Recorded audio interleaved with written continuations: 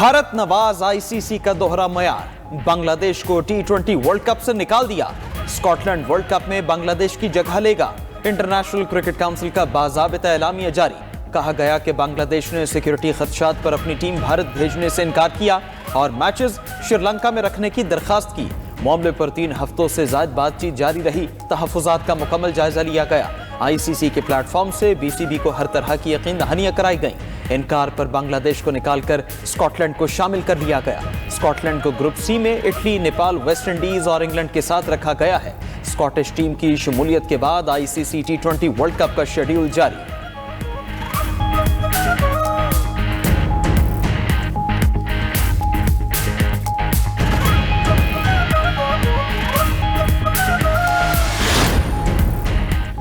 बांग्लादेश के वजीर खेल आसिफ नजरुल का आईसीसी के फैसले पर अफसोस का इजहार। कहा, बांग्लादेश के अवाम क्रिकेट से मोहब्बत करते हैं। वर्ल्ड कप खेलना हमारा हक है, हमें जबरदस्ती बाहर किया गया। गुज़िश्ता रोज बीसीबी ने आईसीसी को खत लिखकर अपना case independent dispute resolution committee को भिजवाने का मुतालबा भी किया था।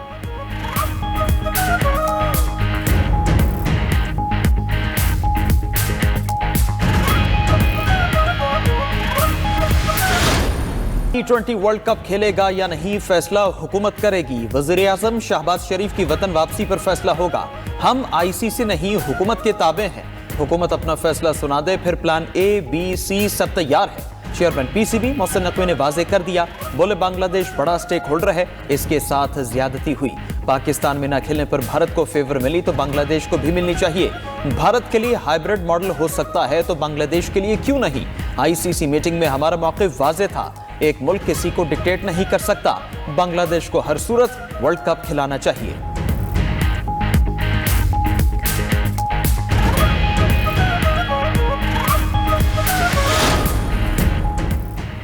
कराची के बाद लाहौर में भी खौफनाक आग। गुलबर्ग में 19 मंजिला होटल में आतिशज़दगी, 3 अफराद जाँ बहक, 7 जख्मी, एक की हालत तशवीशनाक। रेस्क्यू टीम्स ने 275 अफराद को इमारत से बाहिफाजत निकाल लिया। आग पर काबू पा लिया गया। Secretary emergency services Rizwan Naseer का कहना है, आग होटल की बेसमेंट में लगी, वजह गैस लीकेज या कोई और हो सकती है। तहकीकात के बाद हतमी फैसला होगा। रेस्क्यू ऑपरेशन के दौरान वज़ीर आला मरियम नवाज ने ड्रोन कैमरे के जरिए आग बुझाने के अमल का जायजा लिया। बर्वक्त कार्रवाई पर रेस्क्यू टीम की तारीफ। कहा, 275 जिंदगियों का बच जाना महज इत्तफाक नहीं, ये सेफ पंजाब विजन और फाल हाइड्रेंट सिस्टम का नतीजा है।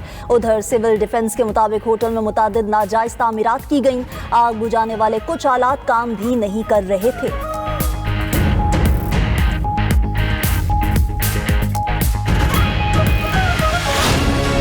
सानेहा गुल प्लाजा को 8 रोज गुजर गए, 11 लापता अफराद का सुराग मिल सका ना। बेशतर लवाहिकीन को अपने प्यारों की मैयत मिली। प्लाजे में सर्च ऑपरेशन आज भी जारी रहा। 90% इमारत क्लियर करार। अब तक 71 अफराद की लाशें और बाकियात मिल चुकी। डीएनए की मदद से मजीद 2 लाशों की शनाख्त। रनछोड़ लाइन के हनीफ और खुदादाद कॉलोनी के मोहम्मद रमजान की तस्दीक हुई। मजमूई तौर पर 22 लाशें वरसा के हवाले की जा चुकी। सानही का मुकदमा सरकार की मुद्दत में दर्ज कर लिया गया। वाक़े का मुकदमा सरकार की मुद्दत में नबी बख्श थाने में दर्ज। गफलत और लापरवाही की दफात शामिल। FIR में किसी को नामजद नहीं किया गया। इंक्वायरी रिपोर्ट आने के बाद जिम्मेदारों के खिलाफ कार्रवाई की जाएगी। आग लगने के बाद गेट और लाइट बंद कर दी गई, जिससे सूरत हाल खराब हुई। तहकीकाती टीम का गुल प्लाजा का दौरा, अंदरूनी हिस्सों और जले हुए सामान का जायजा लिया।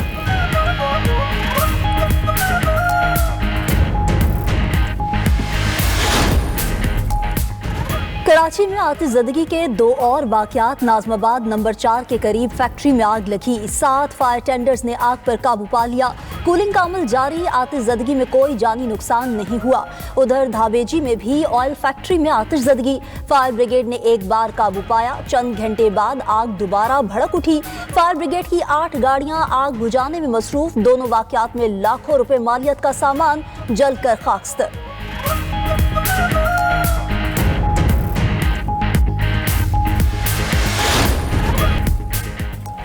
फारूक सत्तार हक़ाइक़ को मस्ख़ नहीं कर सकते। गुल प्लाजा की लीज में फारूक सत्तार का किरदार था। इन फैसलों ने सानेहात को जन्म दिया। वज़ीर इत्तलात सिंध शर्जील मेमन का कहना है, सानेहा किसी एक दिन की गफलत का नतीजा नहीं, दहाइयों पर मुहित गलत फैसलों और इंतजामी कोताहियों का मंतकी अंजाम है। वज़ीर दाखिला ज़िया लंजार ने कहा, MQM के दोस्त लाशों पर सियासत न करें। वाकयात को 18वीं तरमीम और NFC से जोड़ना समझ से बालातर है। 18वीं तरमीम पर तरकीब करने वाले अहमकों की जन्नत में रहते हैं।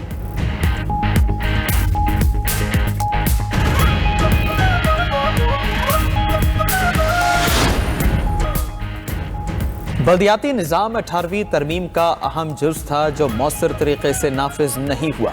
इसी नाकामी की वजह से 18वीं तरमीम को ढकोसला कहा था। वज़ीर दिफा ख्वाजा आसिफ की वजाहत बोले, पता नहीं सियासतदान बल्दियाती निज़ाम से खौफजदा क्यों हैं। मकामी हुकूमतें किसी के लिए खतरा नहीं, इख्तियारात निचली सतह पर मुंतकिल होने चाहिए।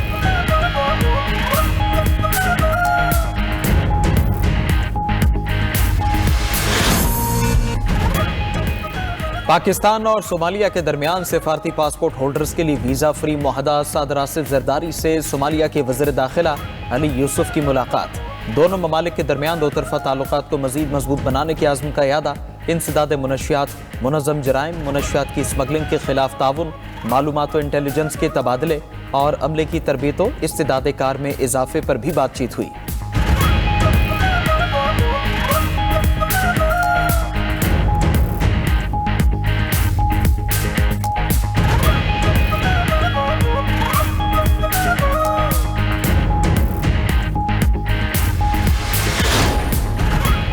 वज़ीर ख़ारजा इसहाक डार का तुर्किया के हम मनसब से टेलीफोनिक राब्ता। डेवोस मीटिंग के बाद पेशरफ्त का जायजा लिया। अहम इलाकाई और बैनुल अक़वामी मामलात पर करीबी राबते में रहने पर इत्तफाक। इसहाक डार से ईरानी वज़ीर ख़ारजा अब्बास अराग़ची का भी टेलीफोनिक राब्ता। तर्जुमान दफ्तर ख़ारजा के मुताबिक ईरानी वज़ीर ख़ारजा ने अक़वाम मुत्तहिदा में हिमायत पर इजहार तशक्कुर किया। उधर दुबई में नायब वज़ीर आज़म इसहाक डार की अबू धाबी के महकमा ख़ज़ाना के चेयरमैन से मुलाकात। दोनों बरादर ममालिक के दरमियान इक़्तिसादी ताउन मज़ीद मजबूत बनाने पर जोर।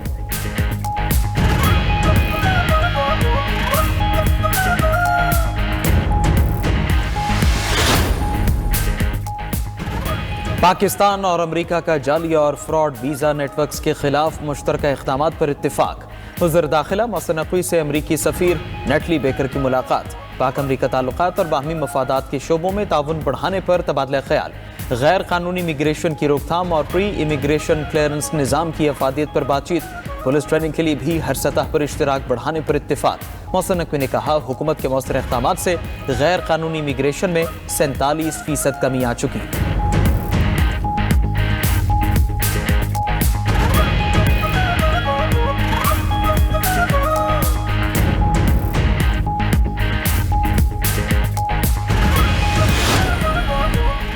मुतनाज़े ट्वीट केस ईमान मजारी और हादी अली चट्ठा को 17 साल कैद और 3 करोड़ 60 लाख रुपए जुर्माने की सजा सुना दी गई। डिस्ट्रिक्ट एंड सेशन जज अफजल मजोका ने फैसला सुनाया। पीका एक्ट सेक्शन 9 के तहत 5 साल कैद और 50 लाख रुपए जुर्माना हुआ। सेक्शन 10 के तहत 10 साल कैद और 3 करोड़ जुर्माना किया गया।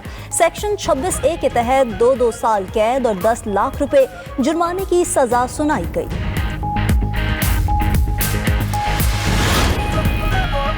पेशावर DI खान मोटरवे सूबाई वसाइल से तामीर करने का फैसला। वज़ीर आला खैबर पख्तूनख्वा सुहेल आफरीदी की ज़ेर सदारत रोड सेक्टर के मंसूबों के बारे में इजलास। DI खान मोटरवे से मुतल्लिका महकमों को तमाम तर लवाजिमात 10 फरवरी तक मुकम्मल करने की हिदायत। सवात एक्सप्रेस वे फ़ेज़ 2 पर सिविल वर्क 31 जनवरी से शुरू करने का फैसला। सुहेल आफरीदी ने कहा कि मंसूबों पर अमल दरामद में किसी किस्म की ताख़ीर की गुंजाइश नहीं। अवामी मफाद के मंसूबों के लिए वसाइल तरजीही बुनियादों पर फराहम करेंगे।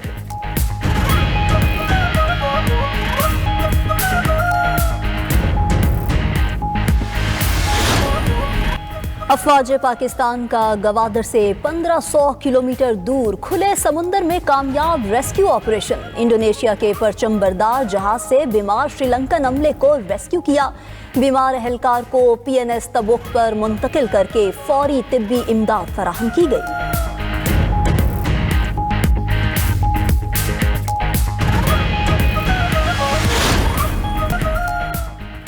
अमरीकी सदर की चीन से मुआहदे पर कनाडा को 100% टैरिफ की धमकी। ट्रंप ने कैनेडियन वज़ीर आज़म को खबरदार किया कि चीन कनाडा के कारोबार और समाजी ताल्लुकात समेत हर शय को खा जाएगा।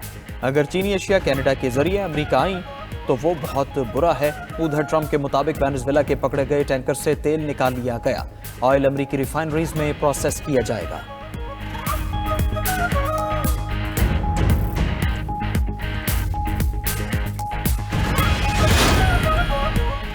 नेटो के मामले पर अमेरिका और बरतानिया में ठन गई। नेटो फौजियों पर तनकीद करने पर बरतानवी वजीर-आज़म का अमेरिकी सदर से मुआफ़ी मांगने का मुतालबा। केयर स्टार्मर बोले, सदर ट्रंप का बयान बेइज्जती और खौफनाक है, इनको मुआफ़ी मांगनी चाहिए।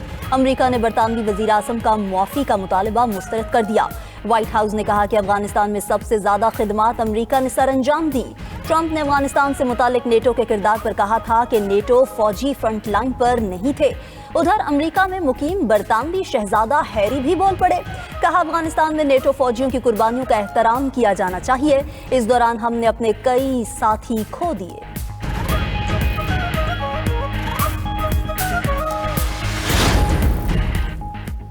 पेंटागन ने इत्तेहादियों को अपना दिफा खुद संभालने का हुक्म दिया। यूरोप और एशिया के शराकतदार अमरीकी दिफाई खराजात पर बोझ करार। 34 सफ़ात पर मुश्तमिल नेशनल डिफेंस स्ट्रेटेजी जारी।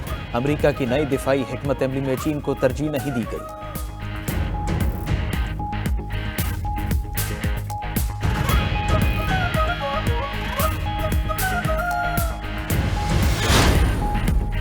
वेनेजुएला पर अमरीकी हमले में कौन सा हथियार इस्तेमाल हुआ? ट्रंप ने पुरअसरार हथियार से पर्दा उठा दिया। अमरीकी सदर ने बताया कि वेनेजुएला ऑपरेशन में डिस्कम्बोब्लेटर का इस्तेमाल हुआ। हथियार ने वेनेजुएला के फजाई दिफा और रडार के निजाम को नाकारा बनाया था। मादुरो के साबिक मुहाफिज कह चुके कि अमरीकी फौजियों ने ऐसा हथियार इस्तेमाल किया था कि गोली चली, ना धमाका हुआ, लेकिन हमारी नाक से खून बहने लगा।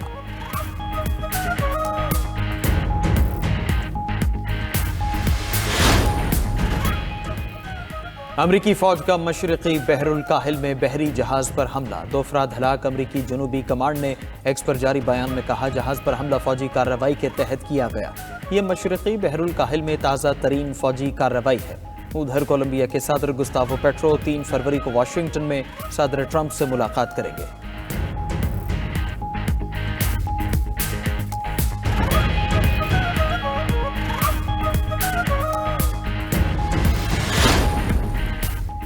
अमेरिका की सालसी में अबुधाबी में रूस और यूक्रेन के दरमियान अमन मुज़ाकरात। पहली बार मुज़ाकरात में तीनों मुमालिक के नुमाइंदे शरीक। मुज़ाकरात का पहला दौर बेनतीजा खत्म। फरीकैन अपने मुतालबात पर कायम।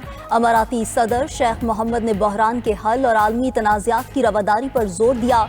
रूस का डोंबास के कुछ इलाकों पर कंट्रोल छोड़ने का मुतालबा।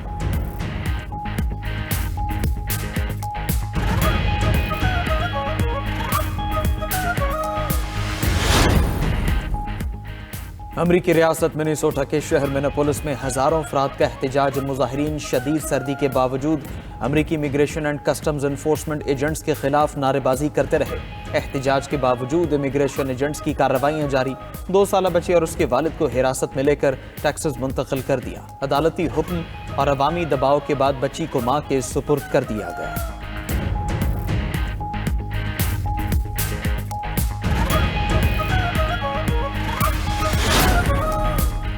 चीन में संगीन बदउनवानी और कानून की खिलाफ वर्जी पर फौजी अफसरान तहकीकात की जद में आ गए। सीनियर फौजी अफसरान योंग योशिया और ल्यूजन ली से तहकीकात शुरू कर दी गई।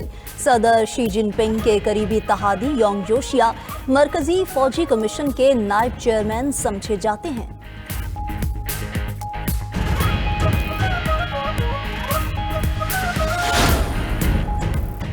न्यूयॉर्क में रिहायशी इमारत में धमाके के बाद आतिश ज़दगी। फायर ब्रिगेड और रेस्क्यू टीम्स मौके पर मौजूद। गैर मुल्की मीडिया के मुताबिक आग 17 मंजिला इमारत के बालाई हिस्से में लगी। 200 के करीब कारकुन आग बुझाने में हिस्सा ले रहे हैं।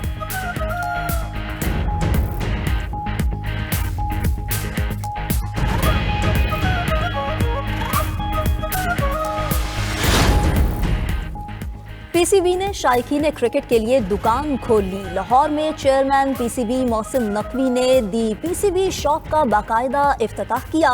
शॉप में मौजूद क्रिकेट किट्स, खिलाड़ियों के साइन शुदा बैट्स और दीगर यादगारी अशिया देखी। खवातीन और बच्चों के लिए शॉप में अलहदा सेक्शन कायम करने की हिदायत।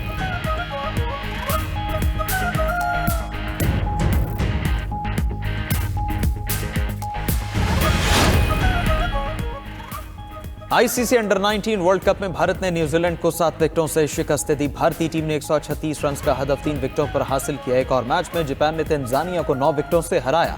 तंजानिया ने जापान को जीत के लिए 132 रन का हदफ दिया। जवाब में जापान ने हदफ 1 विकेट पर हासिल किया।